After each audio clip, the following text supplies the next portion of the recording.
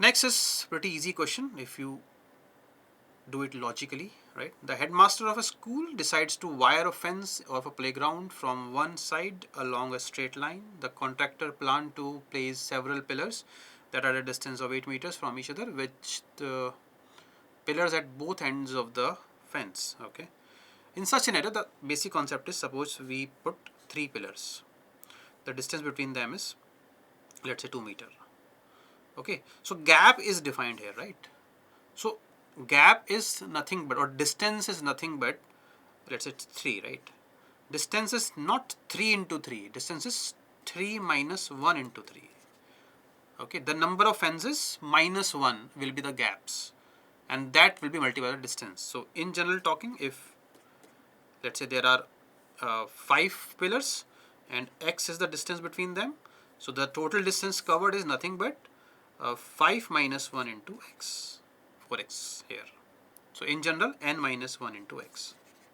N is the number of pillars. Okay, this is the concept we will use here. So if you know this, it's very straightforward question. So initially, let's say he planned n fences, n pillars. Okay. Distance is 8 meters. So straight away we can say that the total distance is nothing but n minus 1 into 8. Right. And finally he received 4 pillars less. So he has n minus 4 pillars. So using the same concept, the gap will be n minus 5 into, and the gap is now 10 meters for 2 different pillars. And this is total distance. So straight away these two can be equal, right? This is nothing but 8n minus 8 is equal to 10n minus 50, or 2n is equal to 42, or n is equal to 21. You put it here, you will get the total distance, that is 20 into 8, that is 160. Correct?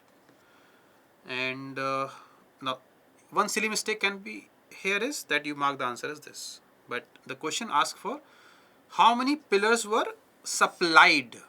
Supplied is 4 less, which is 17. Okay, so that's your answer. Clear? In easy questions, look for these type of silly mistakes. Okay.